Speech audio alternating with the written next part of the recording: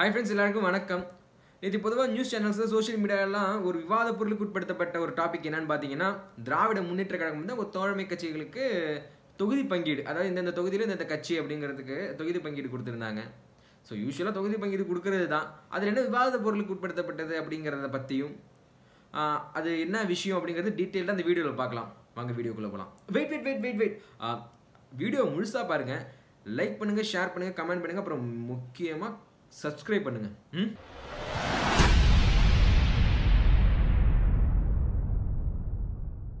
திராவிட முன்னேற்ற கழகமானது காங்கிரஸ், மதிமுக, விடுதலை சிறுத்தைகள், Marxist communist, இந்திய communist, இந்திய ஜனநாயக கட்சி, இந்திய யூனியன் முஸ்லீம் லீக், கொங்கு மக்கள் தேசிய கட்சின்னு கிட்டத்தட்ட ஒரு 8 தோழமை கட்சிகளோட சேர்ந்து கூட்டணி வியூகம் அமைச்சிருக்காங்க.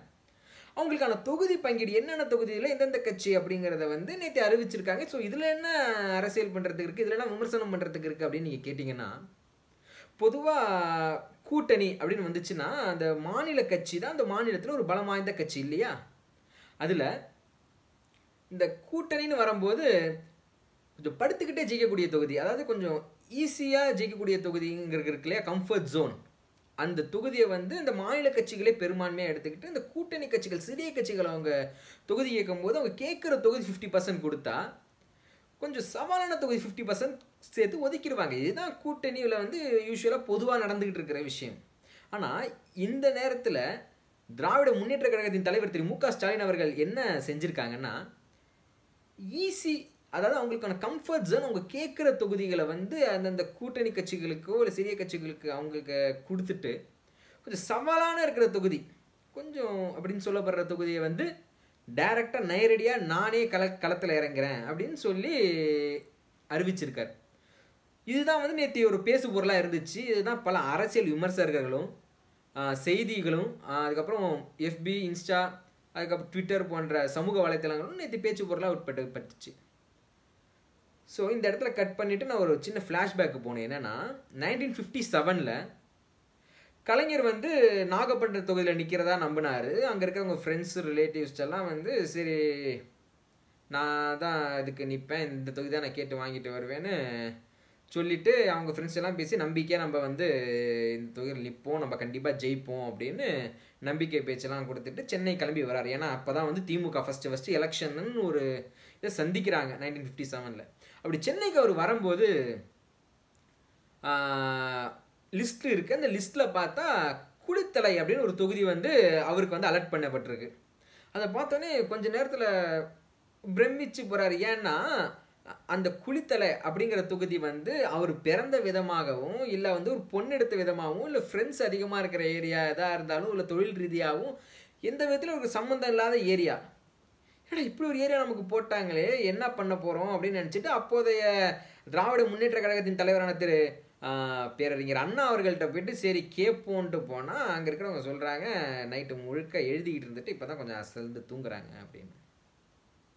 ஸோ அப்போ அவர் திங்க் பண்ணுறாரு, ஒரு ஈஸியாக நமக்கு ஒரு சாதகமான ஒரு தொகுதி இருக்குன்னா அதை வந்து நாகப்பட்டினம் கூட வச்சுக்கலாம், அங்கே ஒரு ஈஸியான கேண்டிடேட் போடுறாங்க, நம்மளை நம்பி இந்த குளித்தலை அப்படின்னு ஒரு தொகுதி கொடுத்துருக்காங்கன்னா, ஒரு சவாலான தொகுதி கொடுத்துருக்காங்கன்னா அங்கே நம்ம மேலே வச்சுருக்கிற தன்னம்பிக்கையில் தான் அண்ணா அவர்கள் கொடுத்துருப்பாங்க அப்படிங்கிற ஒரு நம்பிக்கையில் போகிறாரு, ஜெயிக்கிறாரு, வராரு. இதை நெஞ்சுக்கு நீதினு அவரோட சுயசரிதை எழுதியிருக்காரு. அதில் முதல் பாகத்தில் அதை குறிப்பிட்டிருக்காரு. அப்படிப்பட்ட ஒரு அரசியல் தலைவரோட நேரடி அரசியல் வாரிசு தான் திரு மு.க. ஸ்டாலின் அவர்கள். ஸோ அவங்க இந்த விஷயத்தை இப்படி செயல்பட்டுருக்கிறது எனக்கு ஒன்றும் தப்பாவோ இல்லை ஆச்சரியமாகவோ இல்லை வேறு தவறுக்குரிய விஷயமாவோ எனக்கு படலை. ஏன்னா அந்த ஒரு தொகுதி பங்கீடு நடந்திருக்கு அப்படின்னா அதில் வந்து ஒரு கம்ஃபர்ட் ஜோன், அந்த ஒரு கூட்டணி கட்சிக்கான கம்ஃபர்ட் ஜோன் அவங்களுக்கு கொடுத்துட்டு தான் வந்து சவாலான தொகுதி எடுத்து நான் உழைச்சி அதில் ஜெயிச்சுக்கிறேன், நீங்கள் ஜெயிச்சுட்டு வாங்க. ஏன்னா ஒரு 40 தொகுதி ஜெயிக்கணுங்கிறது அவரோட மோட்டிவாக இருக்குது அந்த இடத்துல. ஏன்னா அது ஒரு போன பாராளுமன்ற தேர்தல் எடுத்துங்களேன், அம்மையார் திரு ஜெயலலிதா அவர்கள் வந்து 40 ஜெயிக்கணும் அப்படின்னு சொல்லிட்டு மோடியா லேடியாங்கிற கேம்பெயினோட அந்த ஒரு கான்ஃபிடென்ட்டோட தேர்தலை சந்திச்சாங்க. ஸோ அந்த கான்ஃபிடென்ட் அவளை இப்போ நான் வந்து திரு மு.க. ஸ்டாலின் அவர்கள்ட்ட என்னால் பார்க்க முடியுது. ப்ளஸ் அடிஷ்னலாக கலைஞர் அவரோட நேரடி அரசியல் வாரிசுங்கிறது அவரோட ராஜதந்திரமும் சேர்ந்து ஒரு மிகப்பெரிய மூத்த அரசியல் தலைவராக தான் இப்போ பார்க்க முடியுது. என்ன நீ அவரை தமிழகத்தில் மூத்த அரசியல் தலைவர்னு சொல்கிறேன்னா கண்டிப்பாக ஆமாம்.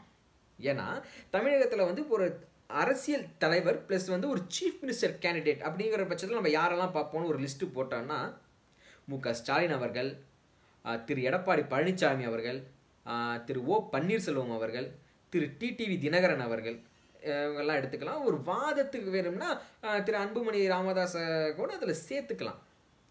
அப்படி இவங்க எல்லாரையும் பார்க்கும்போது இதில் அரசியல் ரீதியாகவும் வயது ரீதியாகவும் இதில் வந்து ஒரு மூத்த தலைவர் அப்படின்னு பார்த்தா அது கண்டிப்பாக திரு மு.க.ஸ்டாலின் அவர்கள் தான். ஏன்னா 1976 மிஸ்ஸா பீரியடில் எமர்ஜென்சியில் ஜெயிலுக்கு போய் 1 வருஷம் இருந்தவர். அவர் தன்னோட 16 வயசுலேயே நேரடி அரசியல் களத்துக்கு வந்துட்டார்.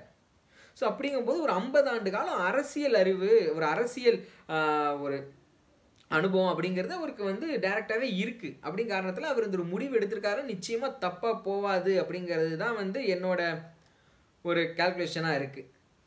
ஸோ இப்படி ஒரு கூட்டணி, இப்படி ஒரு ஸ்ட்ராட்டஜி அவர் கையில் எடுத்திருக்காருன்னா இந்த சூழலில் இது கண்டிப்பாக ஜெயிக்கும் அப்படிங்கிறது தான் என்னோட ஒரு ஐடியாலஜியாக இருக்குது இந்த சூழ்நிலையில். ஏன்னா இன்னும் வந்து அதிமுக வந்து அவங்களோட தொகுதி பங்கீடு என்ன அறிவிக்கலை. அவங்க அறிவிக்கட்டும். இதுக்கு ஒரு கடும் போட்டி தர மாரி அவங்க அறிவிக்கிறாங்களா, இல்லை அவங்களோட ஸ்ட்ராட்டஜி எந்த மாதிரி இருக்குது அப்படிங்கிறத நம்ம கண்டிப்பாக பார்ப்போம். Until then, bye from சர்வோதயன்.